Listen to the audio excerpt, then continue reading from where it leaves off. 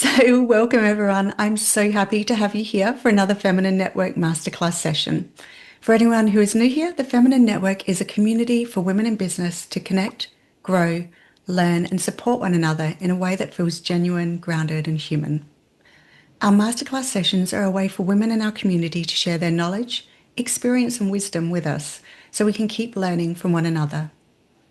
Today, I am so excited to welcome Helen, who is guiding us through Clear Space Within, a masterclass on decluttering from a deeper and more intentional place. This isn't just about tidying your home and making things look organised on the outside. Helen's going to take us into the connection between our environment, our behaviour, and the subconscious beliefs and patterns that can shape the way we live in our spaces. So many of us have had the experience of clearing things out only to find the clutter slowly creeping back in again. I don't know how many times I've emptied the drawer by the side of my bed, and I swear once a month it is refilled with stuff again.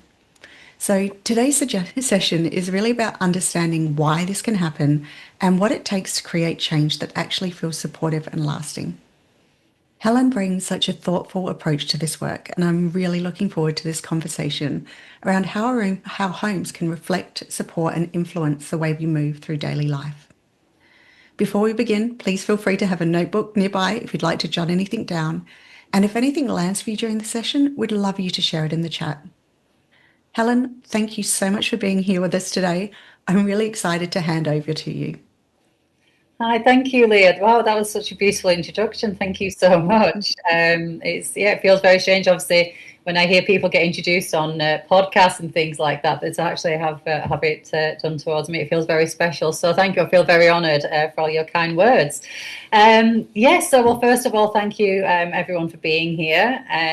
Yes, I will just, obviously, as you're aware, my name is Helen. I'll just give you jumping ahead already. So just a brief introduction. My name's Helen. I'm a home transformation specialist and a PSYCH-K facilitator. I will just touch on PSYCH-K further down the line, but that's not going to be the main message today. So what I do is I help people declutter and organise their homes, essentially. But what the purpose and the intention behind it is to help people create calm, functional spaces that support their daily lives, and also facilitating the subconscious belief work, which can help create deeper, lasting changes. In this presentation today, we're going to look at exploring clutter as more than a physical challenge, and rather look at how our environments, patterns, and beliefs may influence how we live.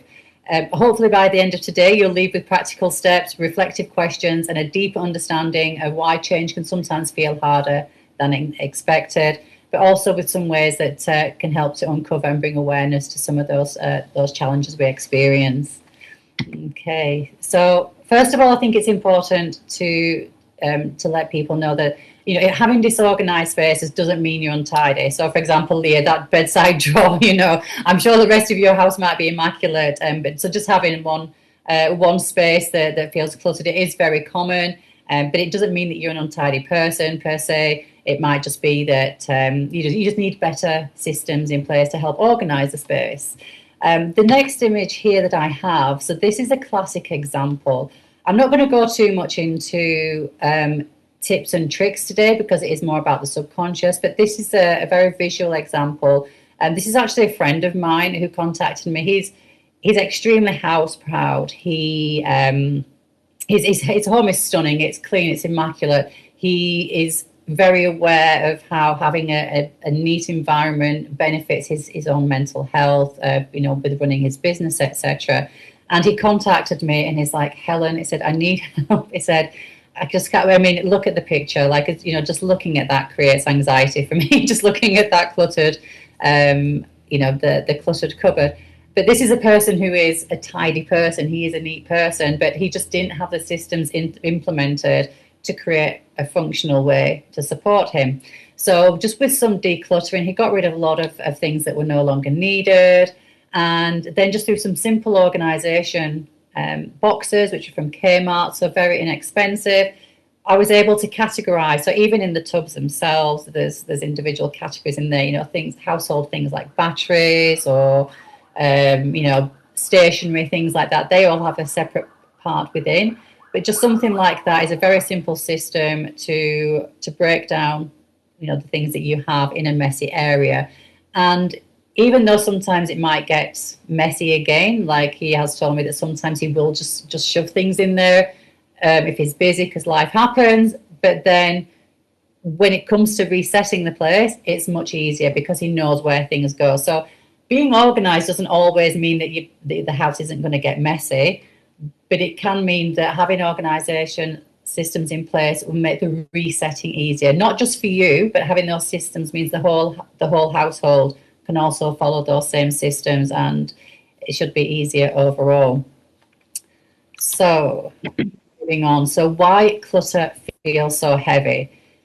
So without me even going too much into it, I think we all understand if we have cluttered spaces, or we've experienced it in the past, or we know someone who deals with clutter, we know it feels heavy. We can feel if we walk into a room where there's too much stuff, that energetically it feels heavy.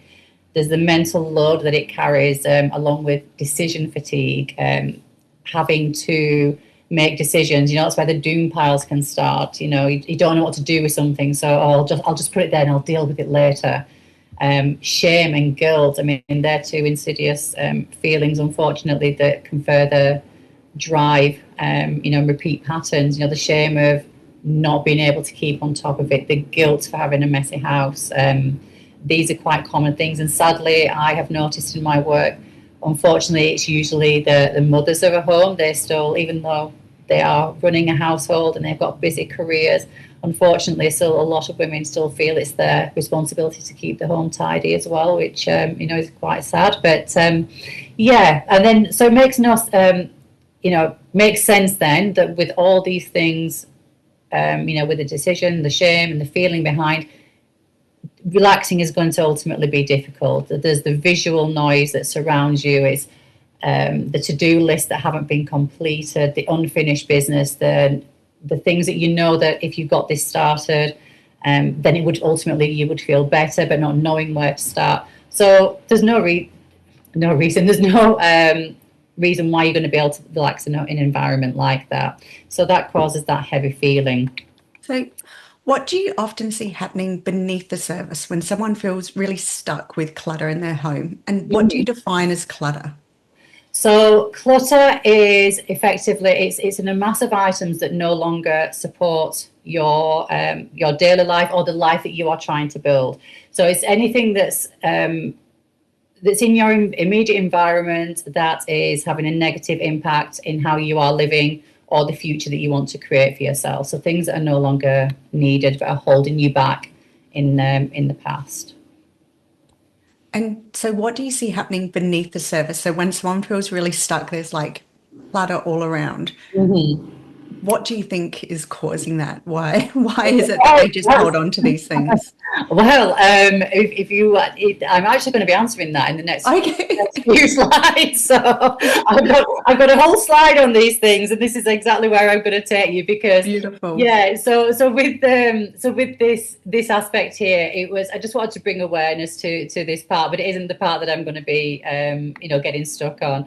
But So clutter is rarely about stuff. It is a symptom of other things going on.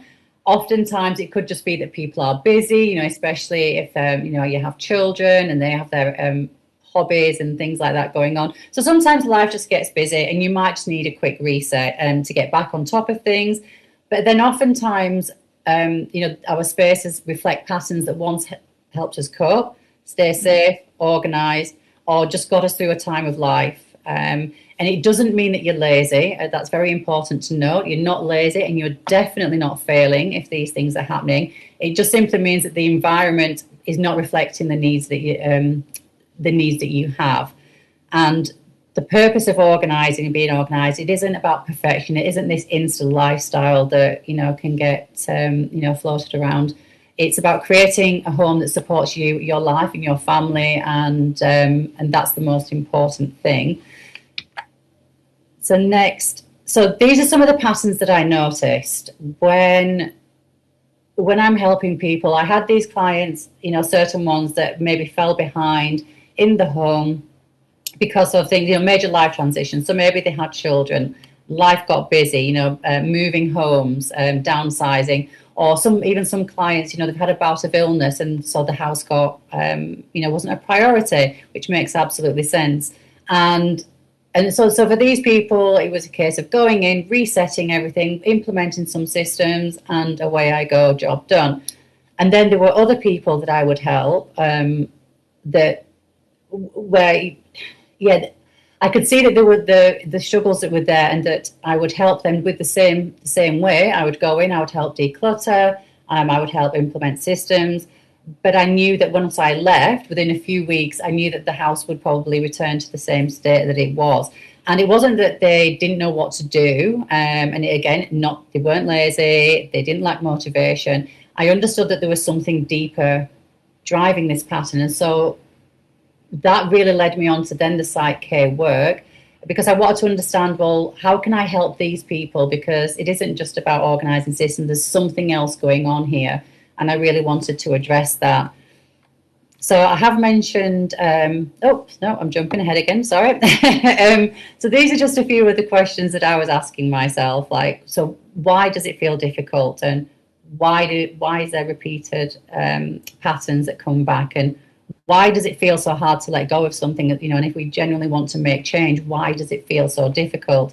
Because if we can understand what sits underneath, then that change is, you know, can often feel easier. Hence, this led me to training PSYCH-K. So I'm not going to talk too much about PSYCH-K today, but it is something that I have implemented into my work so that I can further help people at a deeper level. But PSYCH-K it's a tool to help with the subconscious, and I was introduced to it by a friend who used it with a fear of flying. She had one session, and then after that, she hasn't had any problems traveling again. She's no longer a nervous flyer. So I approached PSYCH-K to help me with my sleeping, because that was something I struggled with. And so I actually had to have a few sessions. But through this work and understanding it, that then led me to be curious about how can I use this work to help my clients and their subconscious patterns. So yeah, so just through my own personal experience, and plus wanting to explore the questions that I mentioned previously, that led me to train as a PSYCH-K facilitator, because I really did want to understand what is the driving factor for some of these, you know, for some of these clients. When we have practical action, it can become a lot easier when we can support our beliefs at a subconscious level. So that's why I really wanted to get into this work. And while awareness and intentional action are valuable on their own, some people find deeper change easier when subconscious beliefs are also addressed. This idea, so people may have heard of PSYCH-K, maybe some have used it. This, again, is just a quick overview for anyone that may be interested. Obviously, if anyone wants to learn more about it or know more, then they can reach out at the end. But this is just so that there's a little bit of an understanding of why I'm mentioning it and how it combines with the subconscious work that I do. So it's a process that helps identify and support shifting subconscious beliefs that may influence behaviours, habits and recurring patterns. And it uses muscle testing to explore subconscious beliefs alongside specific, what we call whole brain processes, which is intended to support new perspectives and patterns. The principles that it uses are awareness, identifying beliefs, creating supportive goal statements, and intentional action. So PSYCH-K does implement those in its work, but also those patterns can be, this format can also be very valuable just used on its own as well. So I'm not here to promote PSYCH-K, but it is just an explanation of how I incorporate it into my work. Do you think at the end you'd be able to give us any sort of safely take home things that we can do at home to work on the clutter? Yeah, no, absolutely. So I also have just a little bit further on, there will be a reflection exercise, some questions that you can ask yourself, and also and then I have got some steps to make those small changes. Fantastic. So yeah, I'm really excited to hear about how we can utilize it. Yeah, well, this is it, and when I was doing this is why I went from, okay, I can go in and organise and tidy people's houses, but then actually how can I help people with the change? Yeah.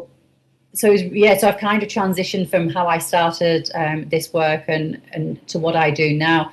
And this image here, thanks ChatGPT for helping me create what I wanted here. But this image is a brilliant visual as to what we might see on the outside.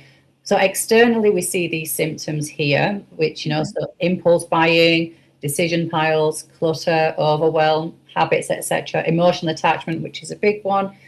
And what we tend to address that. So we try and do the tidying up. We will buy more storage.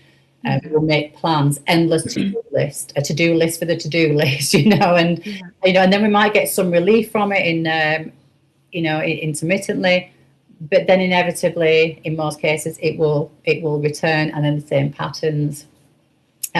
patterns appear. So what we then want to do is, okay, instead of looking at the symptoms, what we want to look at, well, what's driving that? What could possibly be underneath? So I'm not sure if you can see how clearly this image is on the screen. So I'm not going to go through every single one, but I will just read out some of the main ones here. So some root causes could actually be that, someone may have a belief that letting go is scary, that what if I need it someday? And that is a gene that I actually inherited from my father, the what if I need it someday gene. So that was the one I inherited from him. But, someone has a belief that I can't do anything right. I'll never be organized enough, or I'm so lazy, I should be able to keep on top of this, and feeling guilty about getting rid of things. That could be an underlying root cause. Feeling wasteful as well. It feels wrong to let things go. Whilst I mentioned that bit as well, from working with clients, it's actually an interesting one. I noticed that with a few different clients, some of the things that were in their home that were taking up space, they were either broken or they weren't being used, but they were taking up space. And I'd ask them, okay, so are we able to remove this if it doesn't work? Oh, my mum will, or she'll go mad if I get rid of this. And quite often it wasn't even their things they were holding on to. They were holding on to other things, other people's belongings, because they'd inherited this belief that they shouldn't waste things. And quite often I will ask them, okay, well, if your mother really wants to hold on to this, does she want to have it in her house? Does she want to keep it there then? Because it's about your own environment. But that was something that quite often these beliefs aren't necessarily always created by our own experiences, but maybe by a message that's been told to us over time. So that's a really interesting thing to consider as well, where these things come from. So understanding the roots, once we can understand the roots, then that's going to really help us. And so the initial part is self-awareness. Okay, what is the symptom? What's the underlying belief underneath? But now obviously we need to bring compassion, which is something that, a lot of us struggle to do, but it is very important. Be curious about it. Well, where does this come from? Why does that happen? Rather than shaming yourself, because shaming yourself is not going to get you anywhere. And then we want to try and take those beliefs and we want to create a new, more positive and supportive belief around it. And then from that, taking some action that's aligned with those new beliefs to help create and form new patterns over time, and hopefully, create better habits. Sienna's just asked in the chat as well. Oh, yes. She'd like to know, what is muscle testing? Oh, yes. Okay. So, muscle testing is basically, it's communicating with your subconscious. So because the subconscious is governed by, our body is governed by the subconscious mind. So if we state a truth or a lie, our body will. So I'll just do a quick example. I won't go too far into it, but for example, just if I do it on myself. So if I say my name is Helen and do this, then it stays where it is. But if I say my name is James, it will go through. So that means it's weak. So that's how I know that what my subconscious perceives is a truth or a lie. So Helen, James. So hopefully that will give you a bit of an idea. But of course, like if you've got any interest in this or you want to know more, reach out to me at the end. I'll obviously go into more detail with you and speak one-on-one if you like, or more than happy to do that. But that's just Thank you. Yeah, you're welcome. One of the most beautiful things about that with the muscle testing, which you just showed, is you can do it wherever you are and with any question that you want. And you always, it's not like a pendulum where you have to have it on you. You Yeah. can always tap into that subconscious energy. Yeah, yeah. Even, if you're at work, you need to run to the bathroom and just do it there if you need to, whatever. It is. Can, It's a very can I valuable. ask a question, or do you want to be held to the end? It's My name's Carol. Hello. I don't know if she's posing questions to you that you all kind of already discussed, or if you actually want questions about slide content. Yeah, I mean, absolutely. I mean, there will be time for some questions Okay. at the end, so it's up to you. Maybe we'll go. Okay. Well, I have one question about the Okay. tree thing, Yes. which and I'm in the States, and I noticed that you do not have on there ADD or ADHD, No. and a lot of the root things that you mention are parts like over attachment to belongings and other things are emblematic of that. I was diagnosed 30 some years ago, and uh, so I appreciate you digging under the to the root causes, because I've known many people who start out as organizing but end up realizing that it's not about setting up a system, it's about people actually being able to carry out the system. And the other piece of that is around body doubling, that which I don't also see down there, the challenge of trying to do it in isolation versus with another person or with multiple other people. So can you tell about your learnings or experiences around those aspects? Absolutely. Yeah. No. So on some of the later slides, I do make a reference to neurodivergence and how that can impact it. And then I was going to talk to, so when I come to towards the end, I was going to mention, in addition to helping, like how body doubling can help, because that is something that I know works. It's very valuable. It's very effective in the clients I work with. I got diagnosed a few years ago. But yes, it definitely can impact, and I will make mention to it later on. So yeah, happy to go over some things there. But then, if there's anything else that you want to discuss after that, then we can. Then happy to do so. How does that sound? Sure. Thank you. Thanks, Carol. Thank you, Carol, for the question as well, because you. it's definitely, I think ADHD has a huge impact on the cluttering and just holding on to things. Yeah. Something to struggle with. No, absolutely. And a lot of clients I get, they have been diagnosed with ADHD, so it is a very common very common experience. Yes, and if I could just add, is I can organize other people. I mean, I've organized whole divisions of companies and done things in the outside world, and I've set up a million different organizing systems for myself, but I cannot sustain any of them. I think that's why it's so good to have someone like Helen that can work along with you. And I know I benefit definitely from having someone else's influence within those sort of things, within keeping my house organized and my systems in place, and that accountability, I think really helps. Right, Carola, go back to you. That's really interesting, actually, and from what you've said, that will I'm not sure which slide it will be, but that would be a good example for me to talk to, actually. So I'll just continue, and then, but yeah, definitely we'll come back to that for sure.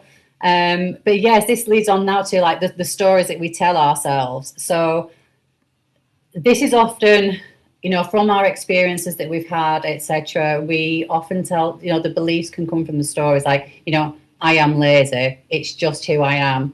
I always make a mess. I never get it right. And these are very common things that we tell ourselves.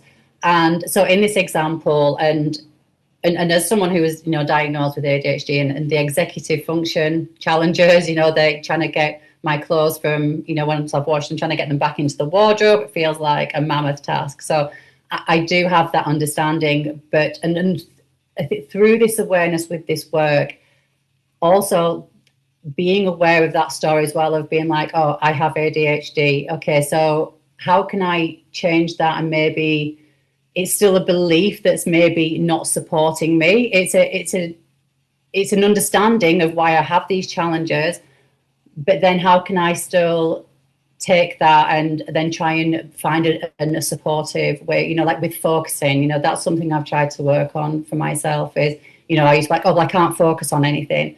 Well, if I tell myself I can't focus, then it's only going to reaffirm that and keep me struggling.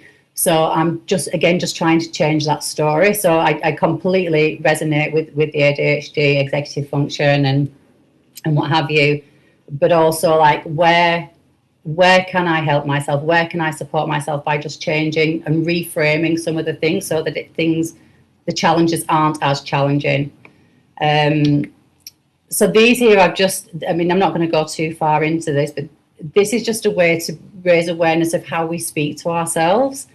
So, common things, I've always been this way. It's hopeless, I'll never keep on top of it. I am lazy. And there's just some examples of why that can be detrimental. So, if you say that I've always been this way, it's going to assume that the past predicts the future when that isn't the case. If any kind of action that you can make towards improving is going to, it's going to habit stack, and you're going to progress no matter, how quickly that is. So instead of saying I've always been this way, a potential reframe could be like, I am growing.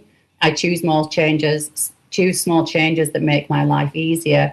It doesn't necessarily have to be that reframe, make it personal to you. But the first thing would be notice, what is it that you're saying to yourself? What story are you keeping alive there? And then just try and find some way to find a more supportive way of reframing it. So, for example, it's hopeless, I'll never keep on top of it. That's when the overwhelm starts, because you're imagining this huge task. And with, the clients I have with ADHD, they want the finished result. They want it all gone, but then it's the getting started. And that's where the struggle is, because the overwhelm is there. And that's why the shutdown happens. But often I found through, and obviously this is from working on myself as well, if I stick to that story, then it stops me having any accountability of trying to change as well. If I just go, oh, well, this is just who I am, then making any change is going to be extremely hard. So, yeah, any kind of positive reframe and trying to work towards that is definitely going to help. The I am statement as well. I think a lot of us know that when we say, if we identify with something, we say, I am, add on whatever the word. I think most of us are aware that when we identify with that, we're kind of nailing our foot to the floor as well. So any progress is going to be difficult or sometimes near impossible, because if you're saying, I am lazy, well, your subconscious is going to take that on board. And so when you try to do something, it's going to go, no, we're lazy, remember, we don't do that. So it can make change very, very hard, even though, it's detrimental to you. So it's just this is all about creating awareness about, first of all, the first level of what are the things you're saying. Get curious about how you talk to yourself and look at maybe a potential reframe. I'm going to list now, so some common scenarios. There's lots of different, reasons for clutter, etc. What I'm going to go through now are some of the more common ones. And what we're going to look at is the emotional aspect that could be linked to it, some common beliefs that people may have behind, a situation they're experiencing, and then also some potential causes. That doesn't mean to say that they are the causes or this is the reason, but where some of these beliefs may have formed in the first place. So I'm just going to talk through the first one. So this is about letting go of things. How it, why it can feel unsafe to some people, because essentially that's what's happening. It can feel unsafe when people are scared to declutter, and they don't want to let go of items, and it can cause overwhelm, guilt, shame, fear of waste. the possible beliefs that they might have. So someone may have the belief, as I said, about myself, I might need this one day. Thankfully, I've chipped away at that, and I'm a lot more practical about things now. But that was something that I had for a long time. Letting go means I wasted money, which makes sense, when you've spent your hard-earned cash on something, especially something that's expensive. It can feel wasteful. Sometimes someone might have a belief that having more keeps me safe. It can be formed as a protection mechanism. As you see here, so these are just some examples. It doesn't mean that this is the reason for it, but these are just to give us an indication of what could cause the belief to form from the start. So if you were taught that never to waste anything, as in the example I gave of the clients I've had where it's their parents that don't want them to throw away things, that they've inherited that belief. Maybe you didn't receive much as a child, so anytime you did get something, you added a lot of value to it. Maybe you grew up with financial insecurity, so that scarcity mindset, keeping hold of everything makes you feel safe somehow. When decisions feel heavy, so this can be in the form of the decision piles and coming back to things, not knowing where to start. It can cause anxiety, avoidance, confusion. I'll get back to it later. But that the self-criticisms, I should be able to do this. What's wrong with me? And possible beliefs that people have around that could be that they can't trust themselves to make the right decision. If they put it away, I'll forget about it.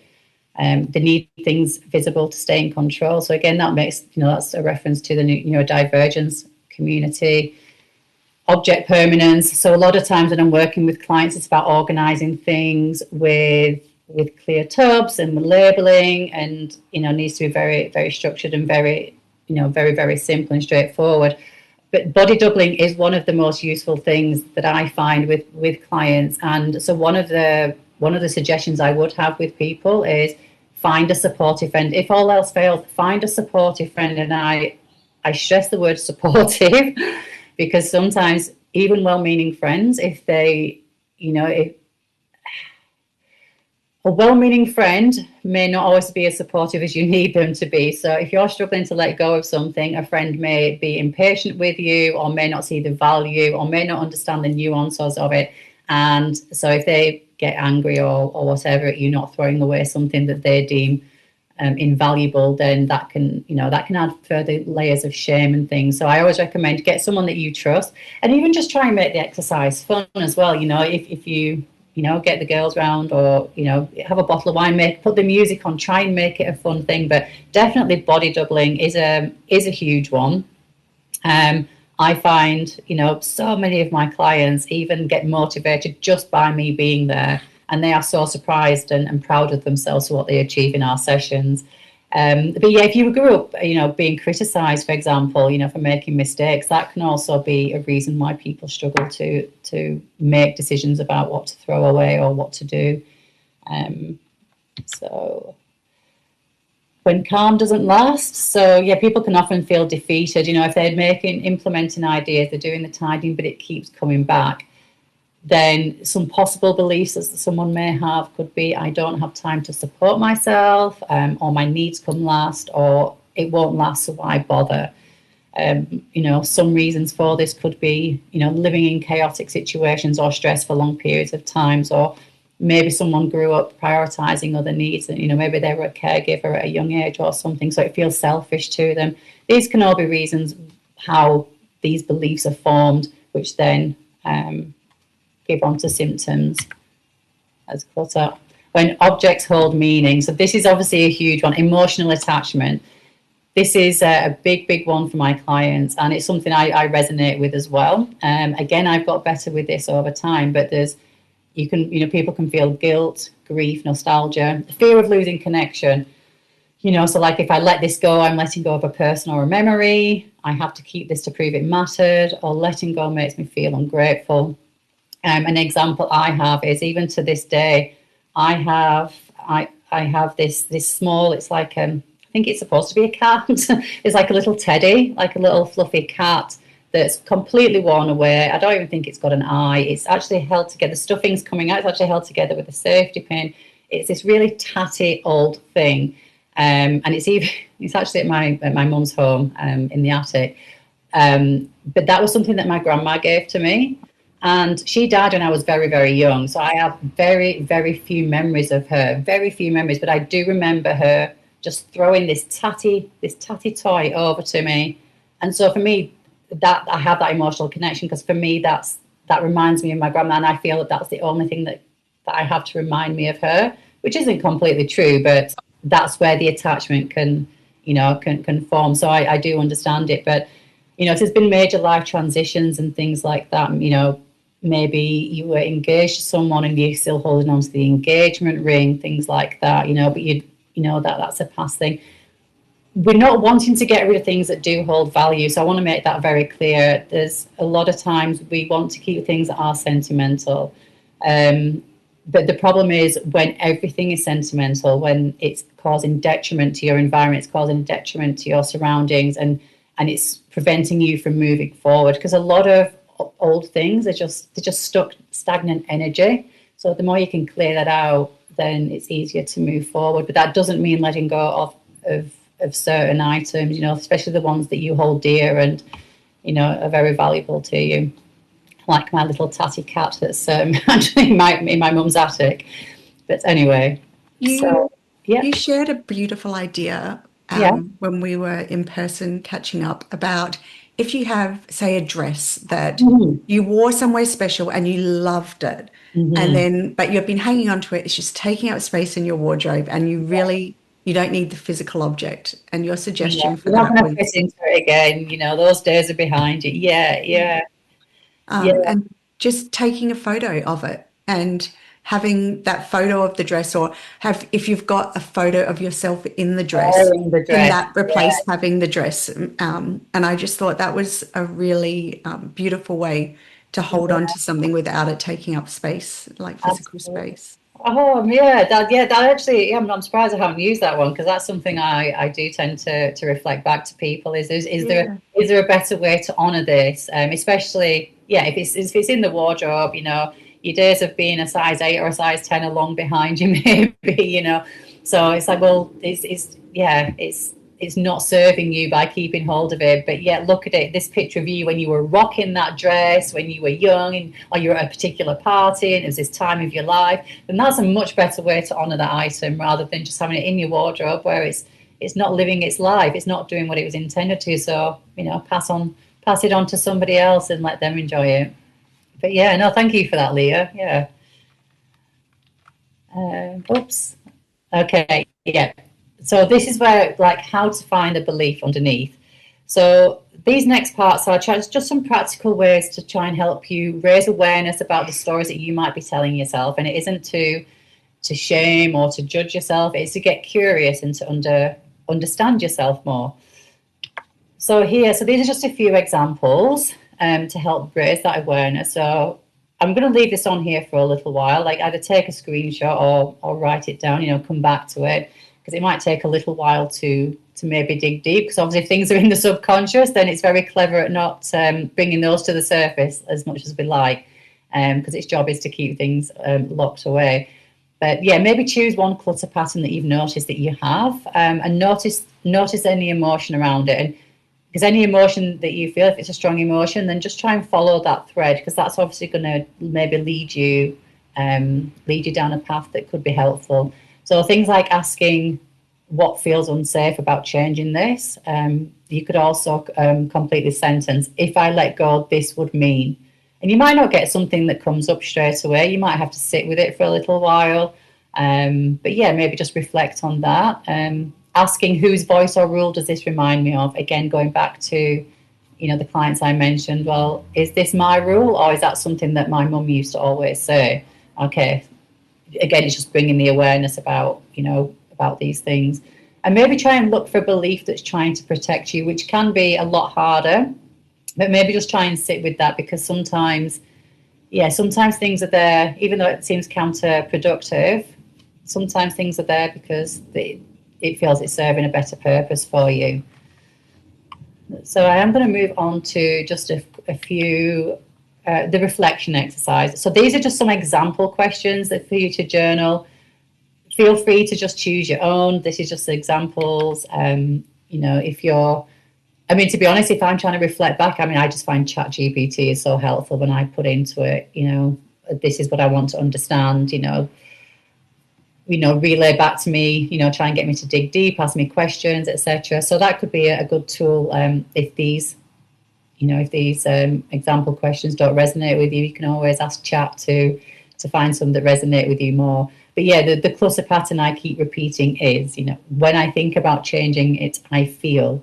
So yeah, understanding how you feel again is, you know, following those breadcrumbs of emotion.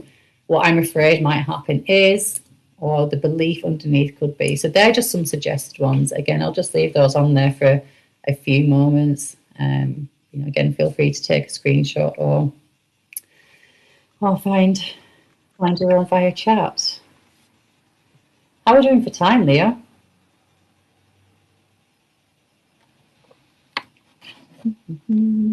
Yeah, no, you're doing fantastic for time. I'm just wondering, with these slides, if you're able to send them to me, Yes. we can maybe pop them just into as a little workbook that they can download. Absolutely. Would be really helpful to go Yeah, along with that. Because I do agree. I think a lot of this clutter is just on the surface, and I know yeah, my garden was overwhelming, and I just every time I'd come out, I'd look at it and think, what's the point? I can't do anything. And it took my girlfriend coming around with every tool under the sun, and we took about 10 trailer loads of green waste to the dump. But nice. having her there, and now it's manageable. And I looked at it the other day and I thought, oh, it just needs a bit of a trim. And to me now, I can do that. It doesn't feel Yes. overwhelming. Whereas before, it was so, I used to just not want to come out here. So Yeah, I definitely think having someone with you, which is absolutely. why it's fabulous that you do Yeah. what you do, because yeah, sometimes you just need that one It person is. there. And the thing is that also can lead into a lot of people don't like asking for help. So then that could be another thing to explore with questions. Okay, well, why do I not like asking for help? So you know, you could go off on different areas. So maybe that's something you might have to explore first to be able to ask someone for help. You know, but so I mean, the great thing about these this line of questioning is you know you can kind of change it to, you know, to other situations in your life. It doesn't necessarily have to just be about clutter or tidying. You know, you can apply it to different areas. So And I think depending on your age as well, like my mum was a child of, like, her parents were in the World War II. So my mum was a child of scarcity where you didn't have anything. And if you had like a teddy, you restitched it, or a dress, you fixed it and you kept it. And so, and she has like that very much a hoarding mentality. When it comes to food, if you go to her cupboard, if there is an apocalypse, I'm hanging out there. She grows all her own food. She bottles all her own food. Yeah. Like, my daughter's always like, can we just move next door to Nana? Because she has all of that. And for her, that keeps her feeling safe, because when she was younger, we didn't have anything. And I can remember we'd hold on to, we'd have a block of chocolate in the fridge, and it would basically it would be ruined by the time you would get to eat it, because we never wanted to use what we had because we wanted to keep it for that just in case scenario. So it's interesting. I've never had keeping it just in case for chocolate. That always seems to be devoured pretty. Well, we couldn't afford chocolate often, so the block had to last like a 2-week period. So it would be like a square, and then by the end of it, it was like fridgy, and it was really just that a real scarcity mindset. And now, because there is an abundance of everything, having to think, I don't have to hold on to this. I can just eat it because I like it, and there will always be more. Absolutely. And the age thing is definitely you know, something to consider as well. Obviously, the older we are, the longer we've been telling ourselves these stories, the more our subconscious is you know, programmed to believing that that's a truth for us. You know, I am lazy, then to your subconscious that is a truth, you know. And the longer you've been having that thought, then, you know, sometimes the harder it is to try and, you know, peel back the layers. But definitely. Yeah, but no, that's a great example, and thank you, Leah. Okay, secondary gain. So this is a really interesting one, and this is something I had to I learned on myself and practiced on myself when I was implementing PSYCH-K on myself for my sleeping. So I'm going to mention this because it is I think it is relevant and it is helpful, because yeah, sometimes as I'm on the previous slide, it's about looking at what might be trying to protect us. So in the case of me, when I was trying to sleep, I took a few sessions when I was using it with my sleep, and there was definite improvement. There was noticeable improvement straight away, but I wasn't getting the desired effect that I wanted. So I had to sit with myself and ask myself, well, what else could be going on here? What is it trying to keep me safe from? And actually sitting with it, a thought eventually came to me. It took a while of sitting with it, but then it came to me that if I remain in a tired state, if I'm not getting enough sleep and I wake up and I'm cranky and I'm irritable, and then it keeps me safe, it keeps me where I am, because I was wanting to grow, I was wanting to expand my business, I was wanting to, to do all these different things, but to my subconscious, it didn't know who that Helen was. It's like, I can't look after her, I don't know her, but if I keep her here, I know how to keep this Helen safe. The one, if I keep her tired, if I keep her falling asleep in the afternoon, then she's not got energy to work on a business, so she's going to stay where she is. So it's very, very interesting, and that's why I've included this, because, and this is where it can get really, really interesting, the more you delve into it. But yes, by asking yourself, what could I lose if I achieve this goal? Because you can implement systems and you can try things and you can do this work, but by asking, well, what am I gaining from this? Which again sounds counterproductive, because obviously living in an organized home is going to be beneficial. But if your subconscious deems that that's a threat somehow, like in the case of obviously, with the war and keeping hold, growing up in that environment, it makes perfect sense. Well, we don't know how long things are going to last. We don't know how long we're going to have food for. So we're not going to throw this food out because, which is a perfect example. So, And what can I repurpose it for? My mum and my daughter are both extremely the same, where they'll create things out of it. So my mum took our old bicycles and she kept the wheels, and I'm like, what are you doing? And in her head, she had this vision. She got a welder and she welded this round ball of all different bicycles. So after she'd used ours, but everything gets hoarded and saved because it can be used for something sometime. Yes. And that's been, I still struggle with it. My wardrobe's full of things that I might need or I can make things out of. My daughter is exactly the same. And I think a lot of it has to do as well with the underlying neurodiversity that we have. But also that creative side, like we'll see something and we'll think, oh, I can use that. I have gum nuts all over the house and on the easel board. It's like, hang on to it because it may get used sometimes. Yeah. And look, Can I add to that? Yeah. I'm sorry, I apologize. I didn't mean to interrupt. Well, along on that same aspect of neurodivergence, and I know different authors are more known in different parts of the world, but there's a woman, Dana K. White, who's written several books and has a podcast in the States. But an aspect of ADHD common with many is being a possibilitarian and having a very creative, fertile mind and creative instinct. And so the part of the emotional attachment to things from the past is giving them away, closes down who you were, and then things like lots of art supplies and creative things is like a shutting down of possibilities of what you could do or who you could become. And I find for me, it's a big challenge to have the things in my life be around my life now.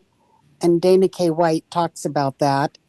And she talks about the idea of a container, which is like that our whole house is our total container. The size of our closet is a container, the size of a drawer we have available. And so that all this stuff that is who we could have been or were in the past and who we could be in the future or could do with or whatever, like what is the situation with our container to hold all of it versus keeping our container focused on our life we're in today, the items that we're in today. Anyway, I found her work, which really fits in. I really, with your thing of the underlying root aspects of it versus the symptoms is so. That's just such a profound, because so many organizers did not get that. So I really appreciate that you do. And also, last thing, I don't know if you know, but there's about a 25% or so overlap between people who are otherwise neurodivergent, like on the autism spectrum, and people with ADHD or ADD. Yeah. No. So it's such a deep, complex. But I really appreciate your reflection questions, because they really help get at some of them help get at the idea of, well, what is it I'm giving up by letting go of this? Yeah. In either direction, from the past or something I could do from the future, because I can think of endless creative ways to use something that I probably wouldn't get focus and get to it doing that. Yeah. Oh, it's like, no. Yeah, no, thank you. Thank you for sharing that. No, and yeah, the autism and ADHD thing, and because, and as we know, like, there's no one's ADHD is the same either. And they can be exactly, because I'm about to help a family of three, a woman with two daughters, and they all have neurodivergence, and the mother and I think the eldest one, they're pretty similar in ways of they're able to organize and function more. But then the other daughter, she's the one who doesn't see the mess, and even though the systems have been in, so they kind of contradict it. They overlap each other, and they kind of work against each other, even though it's same diagnosis but different ways that they show up. So that's going to be quite an interesting one for me to help with. So yeah, it's nothing's quite the same, but yeah. And interestingly, I think it's the way it's actually what helps me do my job. And I don't know whether I've not been diagnosed with autism or anything, but I definitely see the correlation to it, making things fit and what have you, and enjoying that. So yeah, I think in a lot of ways it's actually become, my gift, and because I'm channeling it in a way that I enjoy, but is of service to other people. It's it's a way to just, to use it for good. But thank you so much. That was so helpful. Yeah. And what was that? Did you say Dana K was the person? Dana K. White. The name she's a very prolific author. Pardon? The name does ring a bell. I'm sure I must have read some of her stuff, but I'll look her up again though and read a bit more. So thank you for bringing that. Well, she just really has introduced or taken from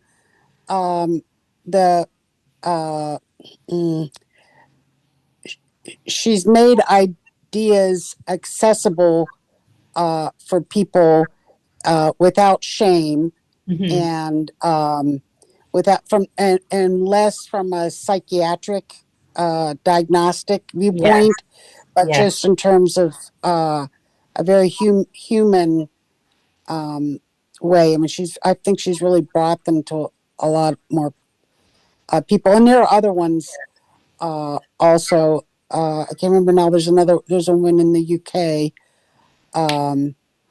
But there's the layers of understanding keep on unfolding of these root. I love your tree roots, because that's really where it's all about. Yeah. That leads to the symptoms. Thank you for that. That's really great. I am really, really, I feel honored that, I'm just pleased that it resonated with you, because it was really important for me to, because a lot of organizing people, they could come in and just deal with the external and the clutter, but I really want to go deeper with it and be like, okay, but how can other people understand this? So I'm glad that the visual works. That's really made me smile. Thank you so much. I appreciate that. Okay, So just to wrap that up, so these, trying to understand what your subconscious may be protecting you from. So we tend to call it self-sabotage, but what it's usually it's self-protection. Okay, so aligned action. So we've already discussed raising awareness, understanding the stories we tell ourselves, understanding how we can maybe reframe it to a more supportive narrative. And then the next thing we want to try and look at is to create those new habits. It's just taking an aligned action that supports that new belief. And it doesn't have to be anything big. It doesn't have to be, okay, so I am learning new ways to support myself. It doesn't mean, okay, now I'm going to do an entire wardrobe. No, it will be some small step that over time keep repeating it. And, with the utilizing that new belief will help to implement, make it easier to make those changes happen. So awareness creates choice, and choice creates different actions. And with repeated actions, you can create new patterns. It doesn't necessarily mean that this is going to be an overnight thing. It will take time, in some cases.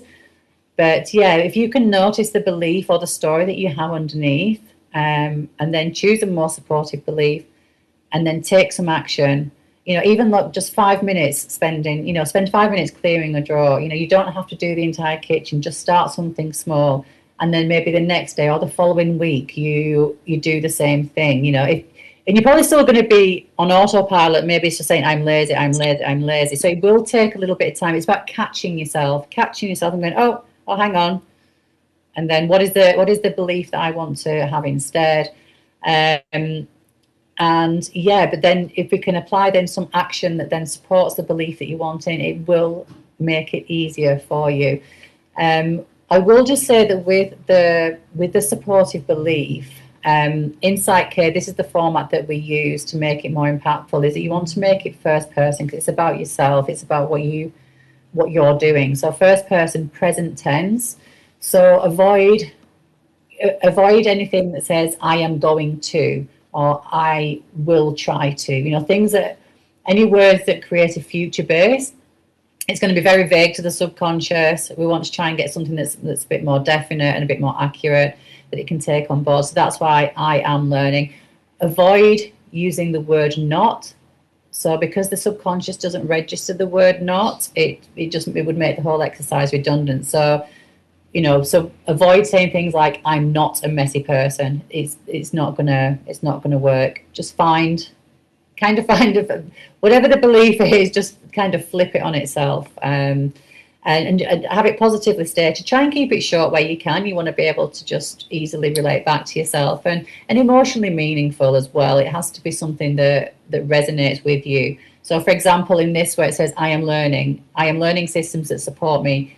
If you just had I am learning systems, okay, that could, there's nothing wrong with that. But then your subconscious might be like, oh great, we're learning new systems. And what? But if you say I am learning systems that support me, then it makes it more definite, and it's easier for the subconscious to understand what it is that you're trying to do. So that's just a bit of a summary of bringing it all together. So next I'm going to look at some small practical steps to take that aligned action and the things you can do. So for example, spend 5 minutes clearing a drawer. A big one that I will say that I notice is when rooms have multiple uses. This example here, so this is a client I had, and she had an immaculate home as well. The rest of her house was organised, but this office, it had just become the everything room. It had become the junk room because it was an office, it was the kids' homework, it was a storeroom, it's where they kept memories, so it had everything in there.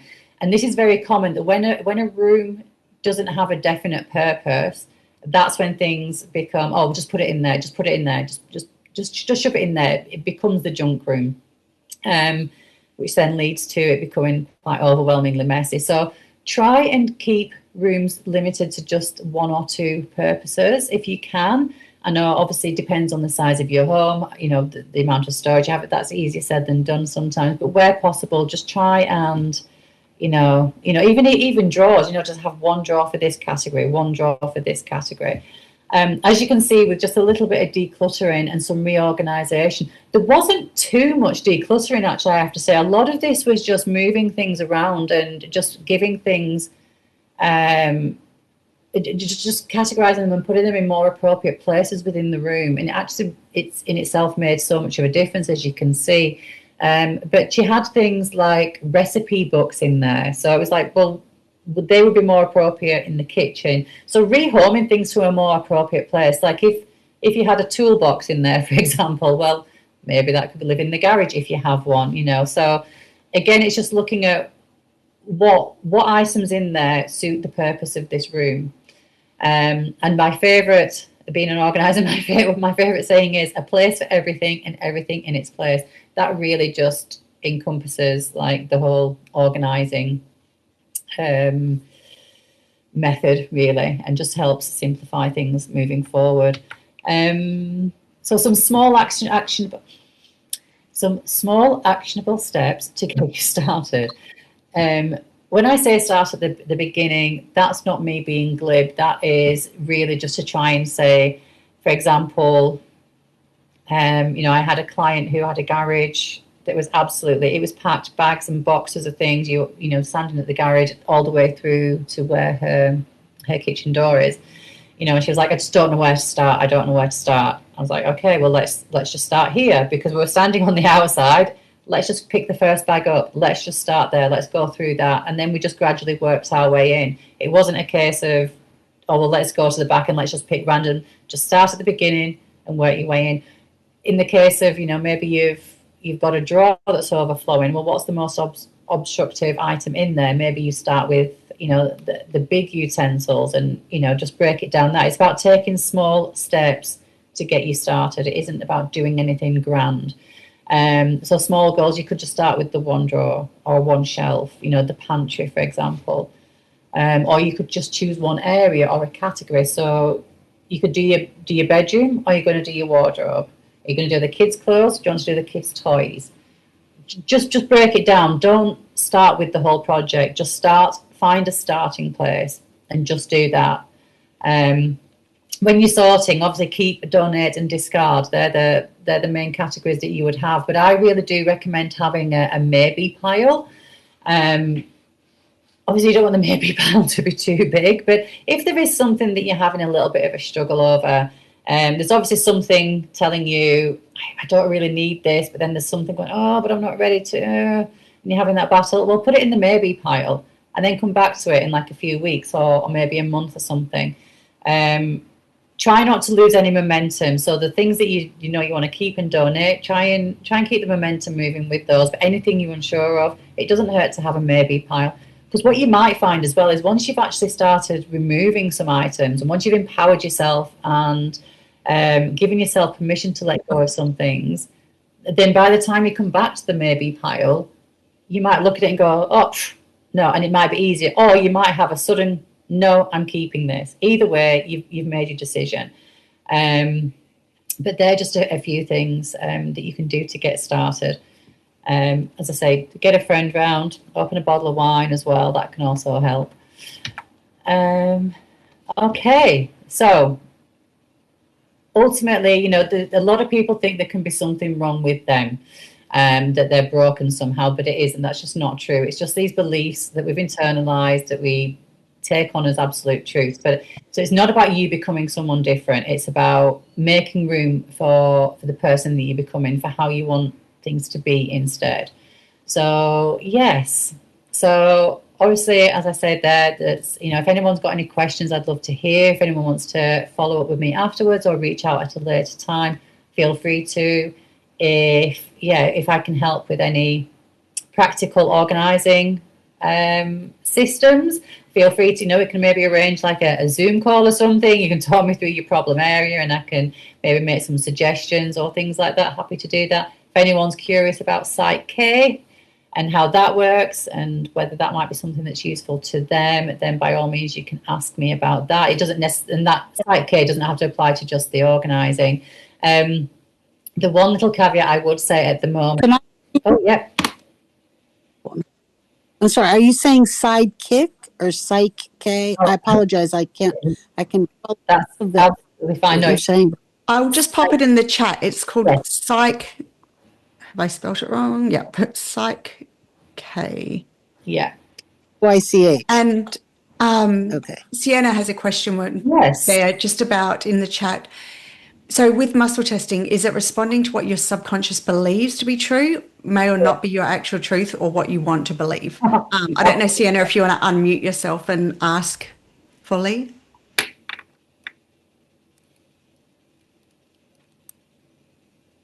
No. No, okay, but yeah, essentially that's absolutely correct. So, yeah, it's so as I say, so these steps we're using this PSYCH-K, but yeah, understanding them just separately anyway, it is really helpful. But yeah, so with the muscle testing, we want to establish what the subconscious believes. So if I try and, sorry, I'm just trying to think now off the top of my head, an example that's easy to explain. I'm just buying myself a few seconds here. So say that we want to have a goal statement such as I am worthy. What we want to do is we want to first of all just test, is that something that the subconscious already believes? So if we go, for example, yeah, I am worthy, and it's strong, it's like, oh, okay, the subconscious already knows that, that's okay. But it's like I am worthy and it goes through, then we know that even if consciously we might understand that we are worthy of everything and we're a valuable human being. So it can be quite interesting to go, oh, but I believe this, but then the subconscious actually gives itself away, because if the subconscious believes it's an untruth, then it's going to reflect that. So then, yeah, then you can actually then do the work on that. So hopefully did that answer the question? I think so, yeah. All right. I love using this. I have to remind myself to use it more often. I do a lot of sensing into the body, but yeah. Does anyone have any other questions for Helen? No? Well, so, well, two things. So when you do body doubling, one-on-one, how do you have it so that I have tried that, and I found well, I'm older, so I'm at an age in my life where I feel like external accountability doesn't work as well for me. Body doubling works, but like feeling I have to perform for someone else. It's like if I can't get there in terms of my own internal accountability, like I'm doing it for myself now, not because of societal judgment or because of shoulds from the outside. Like I finally have, took me a long time, but I finally got past that. And, the very sort of judgmental childhood and judgmental society of messages about what a woman should do and da, da, da. And I have never been a domestic goddess, as I like to say. I did really much better on the outside world.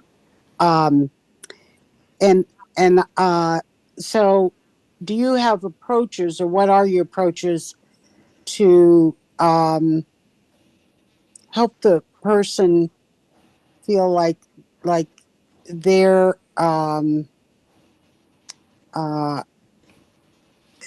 they're they're fulfilling their own internal accountability versus only doing it because you're standing there, sort of, which that feeling I hate. It's just very, very uncomfortable. It just, it reminds me too much of, like, I was taught by very Germanic nuns that kind of stood over you, and it's like you never got a sense of doing yourself or learning for your own internal self or growing.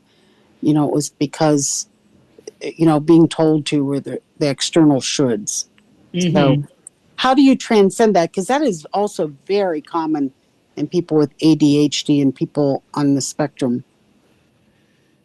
Okay, so sorry, let me just make sure I've understood the question. So you're essentially wanted to know how I can help people through body doubling, but also like empower them to want to do it themselves. Is that what you're asking, or? Well, sort of, or to feel like they're setting the lead or they're setting the pace versus the other person um, doing it.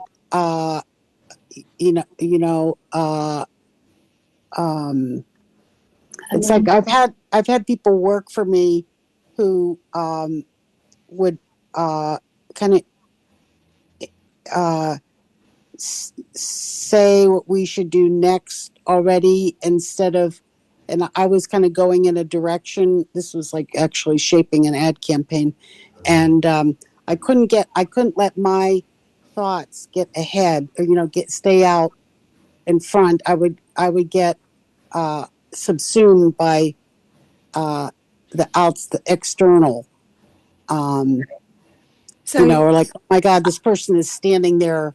I have to, uh, do this way because they're sitting there, instead of feeling like, oh my gosh, this person is really helping me get launched into something that I want to do. yeah, But I have a lot of task entry challenges, at that, by getting started. And then, I mean, once I know I'm not lazy because I can hmm work 10 or 12-hour days if I'm on something. hmm Once I get, it's like over focus and under focus. Also, that's another ADHD characteristic. hmm Over focus is equally an issue. So yeah, once I get launched, I can kind of keep going, but it's getting the right approach of support to get into that launched space. yeah. That makes sense. I think so. Yeah. And interestingly, I mean, I treat every client I go to. Obviously, I try and gain some understanding to begin with, to understand their challenges. Um, Most people, if they've been diagnosed with ADHD, they will often tell me when they originally reach out to me. Other times, I walk in and I see a craft room, either sewing or art supplies, and I don't need them to tell me that they have ADHD. I'm like, Right. pattern recognition. So look, a lot of the time I don't have a particular, for me, it's about making the other person not feel judged, because they're already judging themselves. So I try and make them feel um not safe, that's probably the wrong word, but I feel like you give empowerment. It's not like you're there yeah, saying you have to tidy this. You're there just to empower absolutely, them and give them support. And I think yeah, as someone with ADHD, that's what we need sometimes, because you get analysis paralysis. You're not able, that tasking's overwhelming. Just mhm. having Helen come in and be like, how can I support you? Yeah, And where do you want to start? And then empowering the person as they go along. It's not yeah. standing over telling them what to do. Absolutely. It's just being A lot of there the time I'm to telling help. them for the organising a lot of it. Unless it's someone like with very specific niche, but like some people, yeah, it depends. But yeah, for decluttering, I obviously need somebody there with me, because I can't decide what stays or goes. I don't know what's valuable to you. But a lot of the time it's just coming in, yeah, just being like, okay, where do you want me to start? Like, how can I help you? And it's by showing up as that I'm there to support. I'm not there to judge. Just try and take that from them. Also, when it comes to the organising, once I've understood, I like to see them in their space a little bit. Obviously, they'll guide me around the things that they use or what they do in their daily lives. So it's that understanding. But quite often, I will say to them, "Look, you don't need to be here for the organising," because I would obviously come back to them and be like, "Okay, this is what I've done. Does this work?" I tweak things, make sure that things are suitable at the end. But ultimately, like I'd say to people, like, you don't feel that you have to. You're paying me to do this for you. Like, there's no pressure for you to help. So I take away any kind of pressure for someone to work with me. But more often than not, people just want to, because I'm there. Just me being there motivates them. Exactly. And Yeah, do you do Zoom? Do you do Zoom sessions? I don't, and I know some people do. Oh, okay. Yes. So it is Yes. something I am Yeah. considering. Mm. So I mean, I'd be happy to maybe if that's something that you think could help, I'd be happy to give it a go. Obviously, just as yeah, just as a support and see if it works, because that could be something I could, maybe move on to doing eventually. But yeah, just being there, it's amazing. And then yeah, people just want to get stuck in, but I don't apply any pressure. I definitely don't tell them they should be doing anything. It's more I'm asking questions, open-ended questions, and understanding their space. And then I'm there to take that overwhelm there. I'm not trying to make them more overwhelmed by giving them more decisions. No, not intentionally. Oh, Yeah. no. It's Yeah. not that you would be doing that, but it's more like, the feeling and it would, yes, for me, it would need to be on Zoom. And I'm talking to doing a few different sessions on Eventbrite and Meetup, which is popular in the States, to to get a feel of who's a good fit. And I mean, it could be, I think, going back to those reflection exercises, because you've already mentioned that, you had a Germanic nun that would used to watch over you. So it could be interesting for you to maybe uncover what that feeling was and how that made you feel, and what that said, what you what that made you believe about yourself. So, that could be the first step to realizing, oh my God, that's how that made me, I felt that. And then going, okay, well, and changing that. So maybe just bringing awareness around exactly what it is, because I don't like that feeling of being watched. I had quite a critical caregiver. So yeah, that being watched, I can understand that, so it could be a fear around making mistakes, for example. I mean, who knows, but yeah, do some reflection on that to maybe uncover that could be really helpful for you. Yeah, I think for me, I don't need to go on a lot more, but for me, it's definitely this feeling of internal agency versus external, family of origin, and actually was all the nuns were from a Germanic order, but in the upbringing and actually being in the professional world, I was the first woman in a lot of my positions, and just sort of just spending so many years fitting the messages from the external molding versus saying, okay, this is who I am. This is what works for me. It's kind of like the challenge with, when they talk about dieting or whatever. It's like you can know all the information, but getting through the depths of your psyche to be able to carry out, to get past those barriers to get, to getting there, doing is the challenge. So, but thank you so much for your time. I don't want to take up too much. No, that's okay. Well, I will just say also, I know you're more than welcome, and I really, really value your input. It's been great. What I eventually will be doing, so at the moment, in time, I'm going to become a facilitator. I will be able to facilitate online. I need to be certified in that first. So that's a separate course. So you begin, you do it in layers. So with a PSYCH-K facilitator. So I do in person. So, but I'm not able to do online at the moment. That will be the next thing that I will train for. And then that will be another offering. So I'm really excited to actually, get that done as soon as possible, because then, for example, we could, potentially do a Zoom call where we try and, subconsciously, get to the root cause and change it there, which would also be helpful. But if anyone is interested in PSYCH-K, then there are people around. It's quite common. It's internationally acclaimed, so a lot of people. And then there are also people that can facilitate online. So if you need help being put in touch with somebody, I'm happy to do that for you in the meantime until I become an online facilitator. But just putting that out there.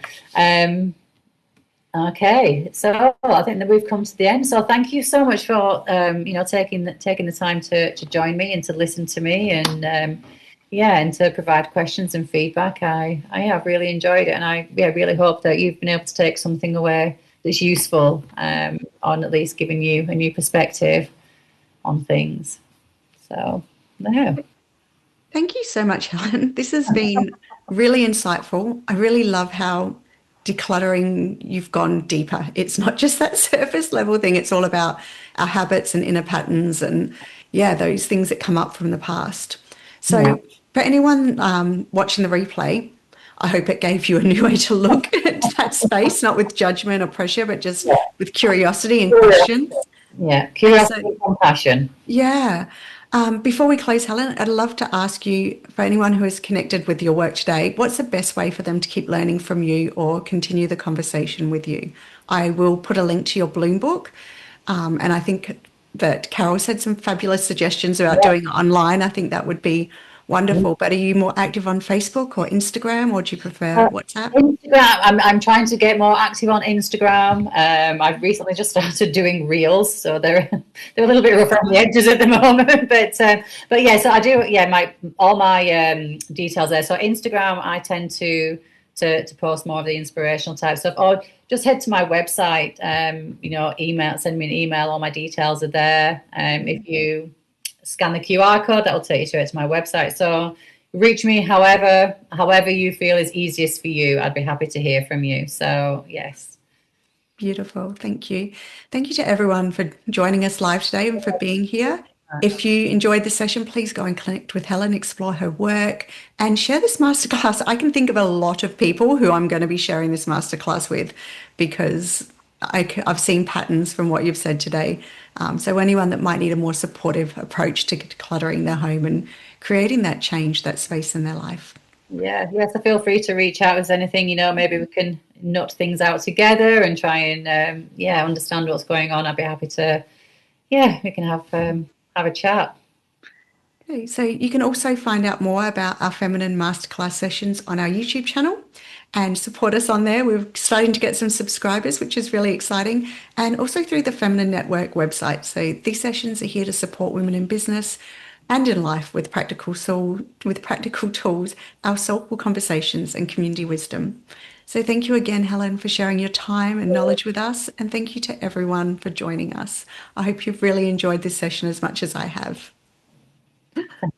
Thank you so much, everyone.